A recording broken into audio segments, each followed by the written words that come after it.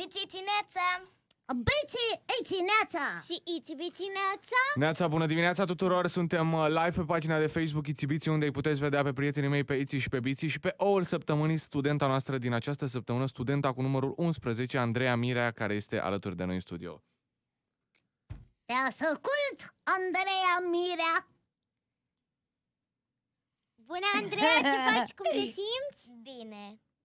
Ești în a patra zi Da. a școlii de supereroi Iți-Biții învață oul pe găină, da? Da. Și azi de ce ai venit la noi? Pentru că am vrut să vă cunosc. Așa? Și pentru că n-avem nicio treabă azi. De ce nu? Minunat! Adică tu ai venit ca să ne cunoști, că oricum nu aveai nicio treabă. Și stai așa, luni te-ai întâlnit cu Super Zăpă. Da. Miercuri te-ai întâlnit, adică ieri te-ai întâlnit cu Spark. Da.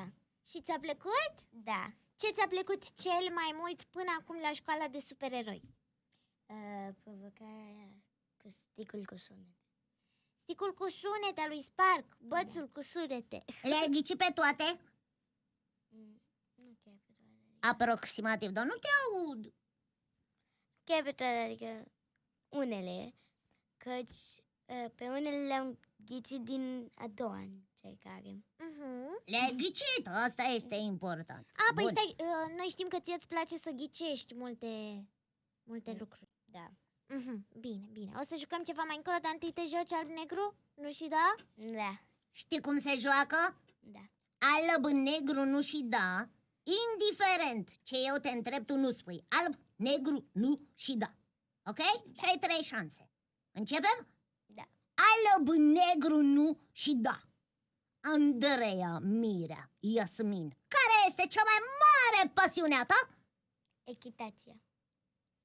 Că explicăm ce faci tu la echitație. Să zicem că azi, după live-ul de pe Facebook, te duci la echitație. Ce înseamnă?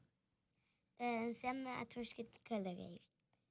Păi stai puțin, te duci așa pur și simplu și urci pe cal și la trop? Cum da? Dar e simplu. Ai N-a înțeles? zis da. Ba da, a zis un da. Mai ai 2 șanse. Adică, efectiv așa cum ești îmbrăcată, adică tu nu ai o costumație anume pentru a urca pe cal. Exact, da? Ce ai? O costumație. Păi și în ce constă? Îți pui cizme de cauciuc? Da. Așa. Dar sunt speciale. Mai ai o șansă. Alb, negru, nu și da. Deci nu Ai zis Ok. da, dar sunt speciale. Ok. Concentrează-te că vreau să aflu tot. Bun, deci, cizme de cauciuc negre?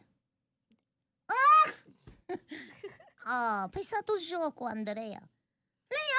Ai spus din nou da. Dar nu-i nimic, uite, o să te antrenezi și data viitoare o să ne sun la Steluță Iții și o să îl bați pe biții la alb, negru, nu și da, nu? Da. Da, oricum acum îmi doresc, iartă-mă, Iții, vreau totuși să știu ce înseamnă o zi de echitație. Deci, efectiv, te duci, te schimbi. Ai cizme de cauciuc negre potrivite sau specifice pentru căluți, Colanți. colanți, Da. tot negri. Și... Nu contează, ok. Și tocă. Și ce? Tocă. Ce e aia? Cască pentru echitație. Așa se numește. Ok, și? Și uite bluză, adică nu e o bluză specială Bun. pentru echitație. Și tu ți-alegi căluțul. Da.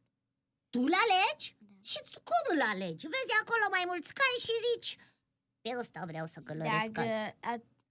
Acum eu am un căluț pe care îl călăresc în fiecare oră și știe deja favorii. Favorii? Păi stai puțin, e căluțul tău? Nu e al meu. Dar acum știe, adică V-ați profesor. cunoscut, v-ați obișnuit. Da, cu căluți. și acum știe profesorul pe care să-l ia. Și nu mai trebuie să-i spun eu. Ok. Dar ajuți și la echiparea calului cu... Păi nu ajut pentru că, de exemplu, șaua este foarte grea și nu ajung, de exemplu, să-i pun hamul sau așa. Și când te urci pe căluț, pui scară? Sau cum te urci? Da, pun... O treaptă așa, nu? Cu scară O sau te treaptă, ajută da. cineva, te ridică? Bun, deci, Echitația e cea mai mare pasiune a ta. Dar pe lângă echitație, tu cânti. Dansez. Așa. Te-am văzut pe YouTube. O puteți urmări pe Yasmin pe YouTube. Da, spune-ne cum se numește canalul tău. De Andreea. De Andreea, ok. Dea Andreea. Rimează, îmi place. Uite, ăsta e numele de scenă, de Andreea. Ah. Acum e să fii vedetă, spune și mie. Cum te simți când te recunosc pământenii pe stradă? Păi e fericită. Dacă nu Nu te-am înțeles. sunt foarte fericită. Ok. Și ți s-a întâmplat să ți se ceară autografe? Da. Ok. Wow! Adică o să ne lași și nouă un autograf dacă tot... Nu? Da. Yay! Bun, Iti, ai vrut să-i spui niște ghicitori. Hai, eu cu ochiul meu văd. Odată tu, odată tu, odată tu, odată eu. Bine? Bine. Eu cu ochiul meu văd ceva... Da, știi jocul? Adică eu îți zic Știi jocul? culoarea și tu ghicești obiectul la care m-am uitat, bine? Ah, ok. Eu cu ochiul meu văd ceva gri. Ce crezi că este? Și acum Andreea ar fi bine să spună: tu vezi cu ochiul tău obiectul acela? Sau? Acum Andreea spune ce obiect crede ea că am văzut. Ok. Tu vezi cu ochiul tău microfon. Bravo! Chiar microfonul este gri. Acum tu. Yay. Eu văd cu ochiul meu ceva negru. Tu vezi cu ochiul tău camera de filmat.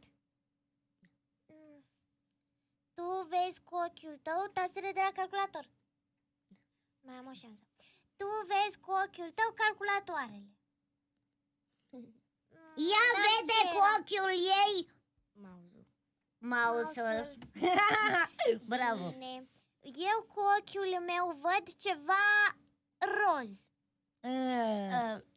Tu vezi cu ochiul tău pe Iti.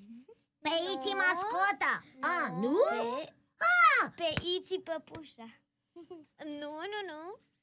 Da, Pe dă-mi-le puțin. scrisul Iti. Pe scrisul de la Iti. Nu.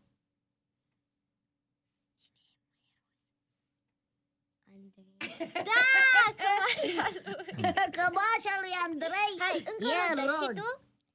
Eu văd cu ochiul meu ceva albastru. Păi tu cu ochiul tău îl vezi pe Biți. Nu. Tu cu ochiul tău îl vezi pe Biți păpușa.